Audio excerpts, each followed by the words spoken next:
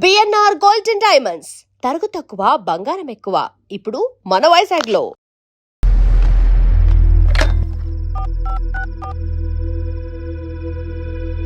Hello, ఎవరు? నమస్తే బాబాయ్, నేను ఈశ్వర్ రెడ్డి. ఈశ్వరా, ఎలా ఉన్నావు? బాగున్నా. చెప్పు బాబాయ్, శిరీష్ ఎంఆర్ ఆఫీస్లో భూ సమస్యల గురించి రేపు మీటింగ్ ఏర్పాటు చేసింది.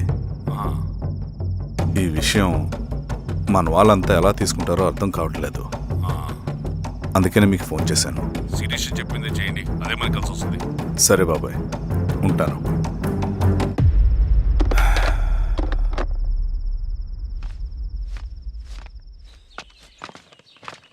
నమస్తే మేడం. నమస్తే అమ్మా. కూర్చోండి. పొలాల్లో పండిన పంట కోతకొచ్చినా ఈ రోజుకి ఒక్క గింజ కూడా తెగకుండా పక్షులకు పందికొక్కలకు ఆహారంగా పోతుందంటే దానికి కారణం ఇది. ఈ ఊరికి పట్టిన దౌర్భాగ్యం మీరు చేసిన అక్రమాల చిట్టా. కడుపు మంటతో ఉన్నవాళ్లు మీరు చెప్పిన కూలీకొచ్చి ఎందుకు పనిచేస్తారు? దౌర్జన్యాలు చేసి దిక్కున్న చోట చెప్పుకోమన్నారు. ఇప్పుడు అడవే వాళ్ళకి దిక్కైంది. అది ఎవరి తప్పు? మొత్తం 100 ఎకరాల పైచిలుకు భూమి వాళ్ల దగ్గర దౌర్జన్యంగా లాక్కుని ఇన్ని సంవత్సరాలుగా మీరు అనుభవిస్తూ ఉన్నది. మీ అంతట మీరుగా తిరిగిచ్చేస్తారా, లేదా చట్టం ఎలా పనిచేస్తుందో మీకు చేసి చూపించమంటారా? అలా చేయండి మేడం. నువ్వు ఆగవయ్య నరసింహులు.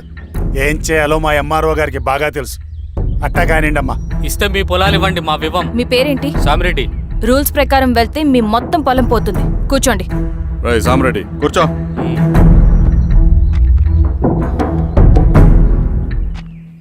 ఏమ్మా, సంతోషమేగా?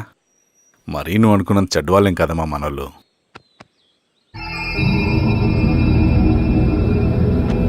పదనాన్న. నమస్తే. పెద్ద ఆయన చెప్పాడు, అంతా మన మంచికే. పోను పోను నీకే అర్థం అవుతుంది. సెంట్రల్ కమిటీ నుంచి కొత్త ఆర్డినెన్స్ వచ్చాయి. దాంట్లో ముఖ్యమైనవి జరగబోయే మైనింగ్ని ఆపాలి. రెండోది జెడ్పీటీసీ ఎలక్షన్స్ని బైకాట్ చేయాలి. దీనికి జనాల్ని సిద్ధంగా ఉంచాలి. లాల్ సలాం కామ్రేడ్. లాల్ సలాం. ఏంట్రవి, శ్రీరామ్గిరిలో భూస్వాములందరూ దేవుళ్ళైపోయారంట, పేద ప్రజలకంతా వరాలిస్తున్నారంట. ఏంటి సంగతి? అవునన్నా, నేను కూడా ఆశ్చర్యపోయాను. ఒక గవర్నమెంట్ ఆఫీసర్ తలుచుకుంటే ఒక ఊరు క్షణాల్లో ఎలా మారిపోద్దో నా కల్లారా చూశానన్నా. అది కాదన్నా, అంటే నా ఉద్దేశం వాళ్ళు ఏం చేసినా దానికి ఒక స్ట్రాటజీ ఉంటుంది. శిరీష వాళ్ళ వర్గానికి చెందిన అమ్మాయి. ఆ అమ్మాయికి ఎంత పాపులారిటీ వస్తే వాళ్ళకంత మంచిది. ఎందుకంటే వాళ్ళ అన్నయ్య ఈశ్వర్ రెడ్డి రాబోయే జెడ్పీటీసీ ఎలక్షన్స్లో చైర్మన్గా పోటీ చేయబోతున్నాడు. ఈ అభిమానం మొత్తం వాళ్ళు ఓట్ బ్యాంక్గా మార్చుకోపోతున్నారు. అంటే అన్నా, శిరీష అయినా ఎవరైనా ఒకే తాను ముక్కలే. అధికారమే వాళ్ళ అవసరం తీరుస్తుంది. వీళ్ళందరూ అధికారం కోసం ప్రయత్నం చేసేది వాళ్ళ ఉనికిని కాపాడుకోవటం కోసమే. రేపే నామినేషన్ వేస్తున్నారు.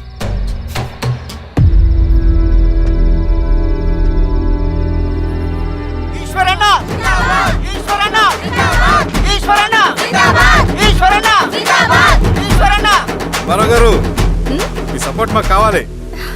స్వామి. అయ్యా, మీ అన్నయ్య గారు ఎలక్షన్లు పడుతున్నారమ్మా?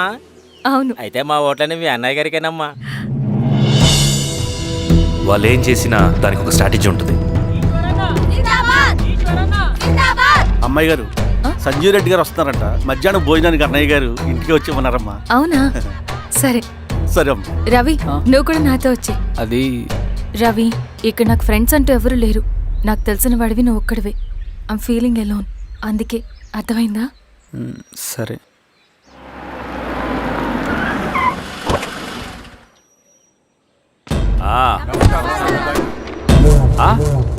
ఈశ్వరా, బాగున్నావా? నమస్తే చెన్నారెడ్డి. నమస్తే. బాగున్నారమ్మా? సుబ్బారెడ్డి, పదండి. ఊళ్ళో మనోళ్ళంతా బాగున్నారు కదా ఈశ్వరా? అంతా బాగున్నారు బాబాయ్. సంతోషం. ఈసారి మళ్ళీ మనం ఏకగ్రీవం అవ్వాలి రెడ్డి. మనకు పోటీ లేదు, మనదే విజయం. సంతోషం. కూర్చోండి.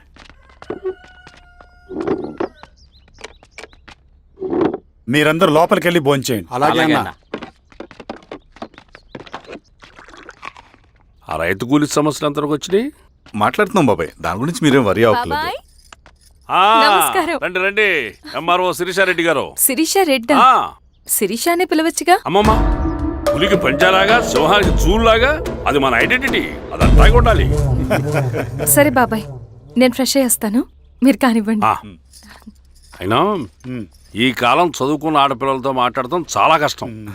చుట్టుపక్కల శిరీష్ కొన్న ఇమేజ్ మనకి చాలా మంచి అయింది ఈశ్వర. నేను అడగకముందే పార్టీ హైకమాండ్ సర్వే చేయించి నీకే ఫేవర్గా ఉండడం వల్ల టికెట్ ఇచ్చింది.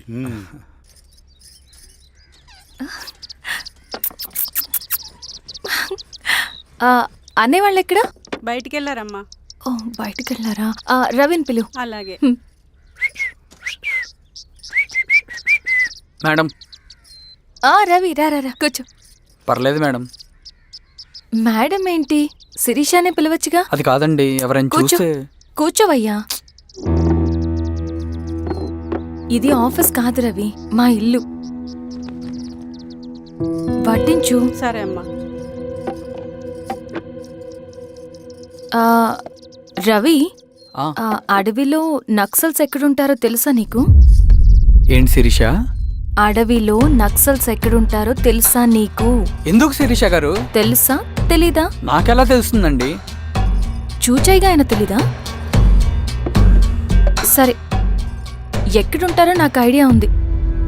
సాయంత్రం ఇద్దరం కలిసి వెళ్దాం. అది కాదండి. నువ్వు వస్తున్నావు అంతే, తిను. ఇది ఎక్కడ కూడా రా బాబు, సడన్ గా నక్సల్స్ అంటుంది, అడువంటుంది. కొంప తీసి నా మీద ఏమైనా అనుమానం వచ్చిందే ఏంటి? రవి, ఇక్కడే ఆపొకసారి. ఎందుకు ఇప్పుడు ఈ టైంలో అడ్వెంచర్లు? ఇప్పుడు జరగరాంది ఏమైనా జరిగితే రేపు మీ అన్నయ్యకి తెలిస్తే బాగోదు. రవి, చుట్టూ చూడు, పైన వెన్నెల, పక్కనే అడవి. అబ్బో, ఎంత బ్యూటిఫుల్ గా ఉందో. అవునా? అవునా ఏంటి? అసలు ఎప్పుడు చూసినా ఎందుకల్లా డల్ గా ఉంటున్నావు? కాలేజీలో ఇలా ఉండేవాడివి కాదు కదా, ఏమైంది? అది ఒక్క నిమిషం. హలో మేడం, పేషెంట్కి అర్జెంటుగా ఏ పాజిటివ్ బ్లడ్ కావాలి మేడం. రవి, ఆ? అర్జెంటుగా హాస్పిటల్కి పోని. ఏమైంది? పోనీ. రండి మేడం, ప్లీజ్ రండి. పోలీసులకి నక్సల్స్ కి కాల్పులు జరిగాయి. ఆ కాల్పుల్లో గూడెం కుర్రాడు ప్రాణాపాయ స్థితిలో ఉన్నాడు. తన బ్లడ్ మీ బ్లడ్ సేమ్. ఆ బ్లడ్ గ్రూప్ మా హాస్పిటల్లో లేదు, అందుకే మీకు కాల్ చేశాను. ఓ అవునా? అవును మేడం. పదండి డాక్టర్. Thank you madam.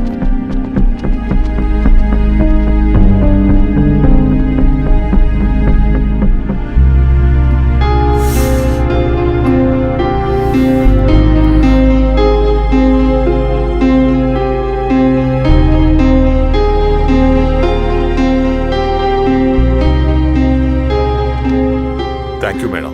పర్లేదు డాక్టర్, ఇప్పుడు అతనికి ఎలా ఉంది? తను స్పృహలో లేడు మేడం. రవి, నీ దగ్గర మనీ ఉందా? ఉన్నాయి. ఇవ్వు. ఇది అతనికి అందించండి, ఓకే. జాగ్రత్తగా చూసుకోండి. అలాగే మేడం.